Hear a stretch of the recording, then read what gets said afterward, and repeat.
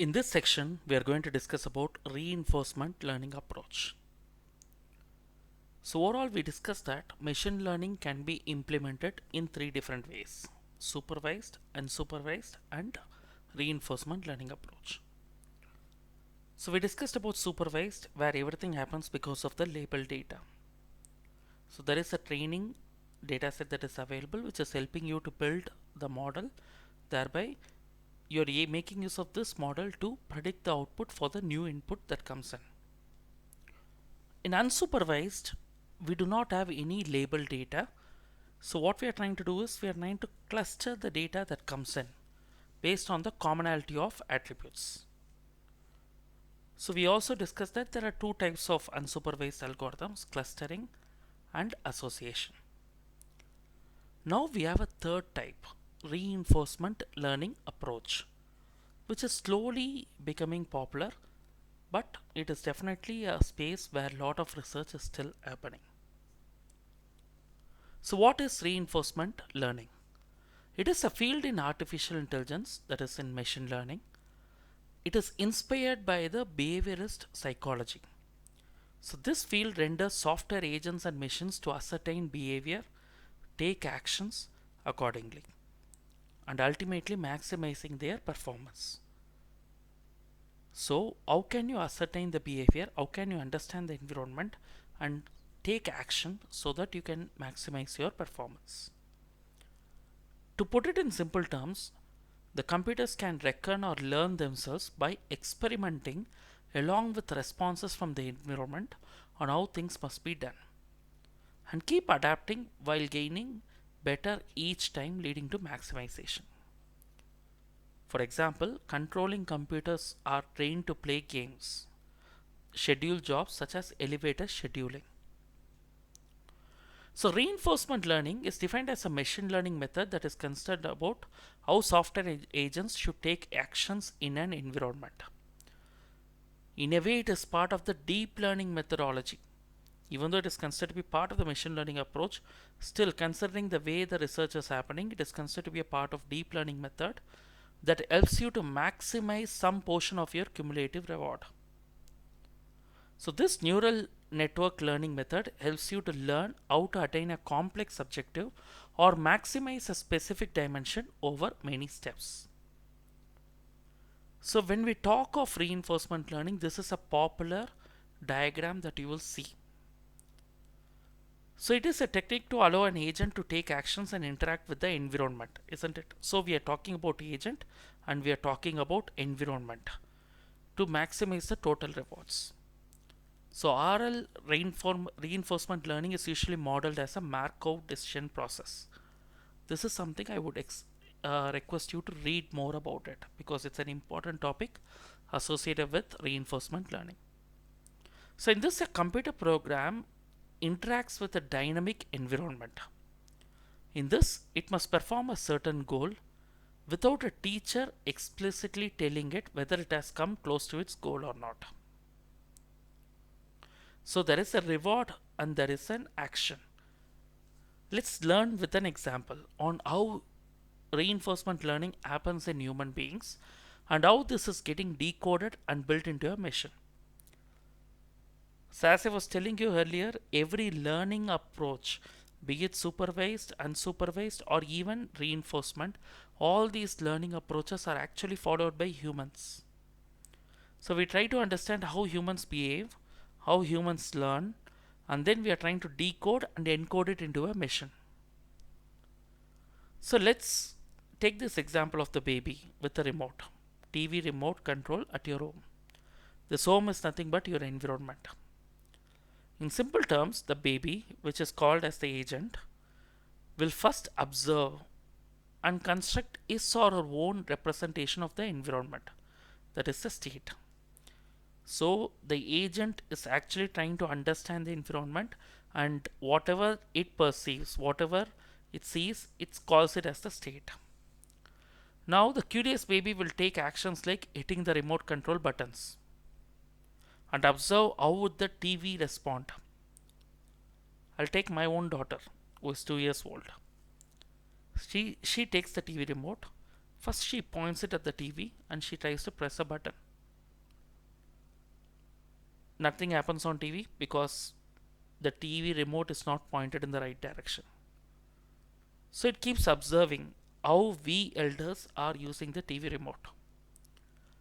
The moment it realizes that, okay, keeping it at the right angle, in the right posture towards the TV will actually help the baby to control the remote. The moment it realizes that, it starts trying it out. It checks the output from the TV whether there is some response in the TV. When there is response from the TV, that means it is a reward to the behavior of the baby. So the baby is happy. If the TV is not responding, the baby gets disappointed. So it is more like a penalty. So next time the baby will not like it, so it will take a corrective action. So that is, it will not do the same thing again. So baby observes what is the reward in the environment, from the environment, and what is the penalty that comes from the environment. Which behavior gives its rewards, which behavior gives the baby some penalty. Which behavior is encouraged more? Obviously the one that gives the reward, right? So the baby tries to follow that as a learning process. So the baby will repeat the process until he or she finds a policy, that is what to do under different circumstances, that he or she is happy with, that is maximizing the total or the discounted rewards. I'll give you one more example. The way the dogs are trained. It follows reinforcement learning approach. So before you condition the dog, there is food that is kept on, and the dog starts having the salivation. So unconditioned stimulus is there, unconditioned response is there. So before conditioning, when you ring the bell, this is a neutral stimulus, so there is no salivation because the dog doesn't is not conditioned for this particular stimulus. Now keep the food and ring the bell. When you do it together, the dog starts salivation. That's a sign that it is responding to the food that comes with the bell.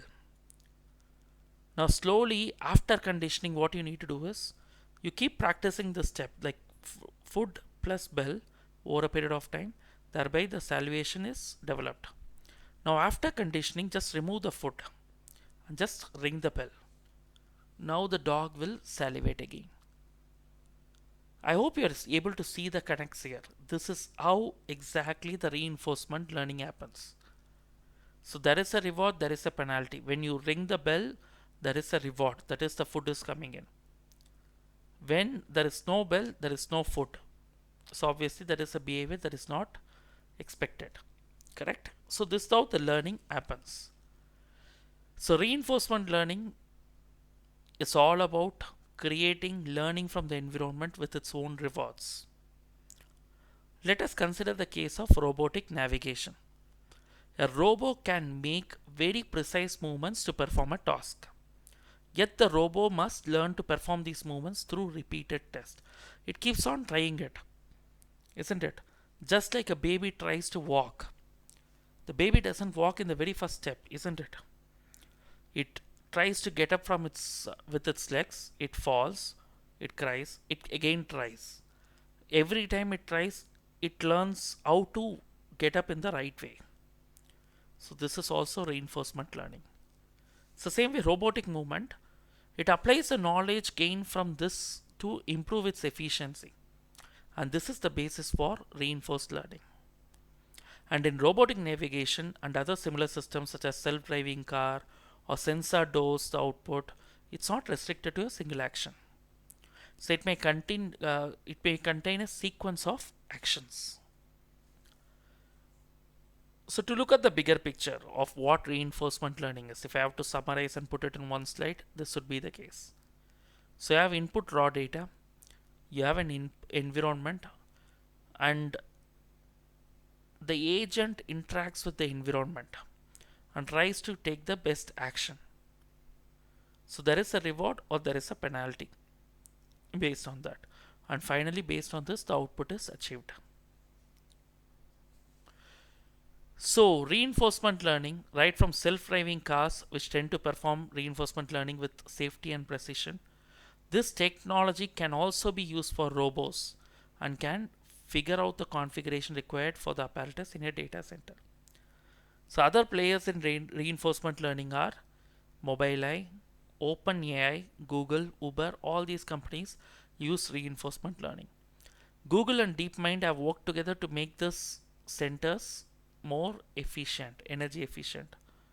And this was made possible through an RL algorithm which can study from the assembled data, experiment through stimulation, and finally suggest when and how the cooling systems must be operated.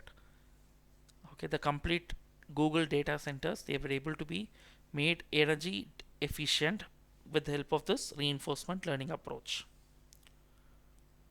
I hope you understood what is reinforcement learning and how it is different from supervised and unsupervised. So, reinforcement learning can also be seen as part of the deep learning methodology.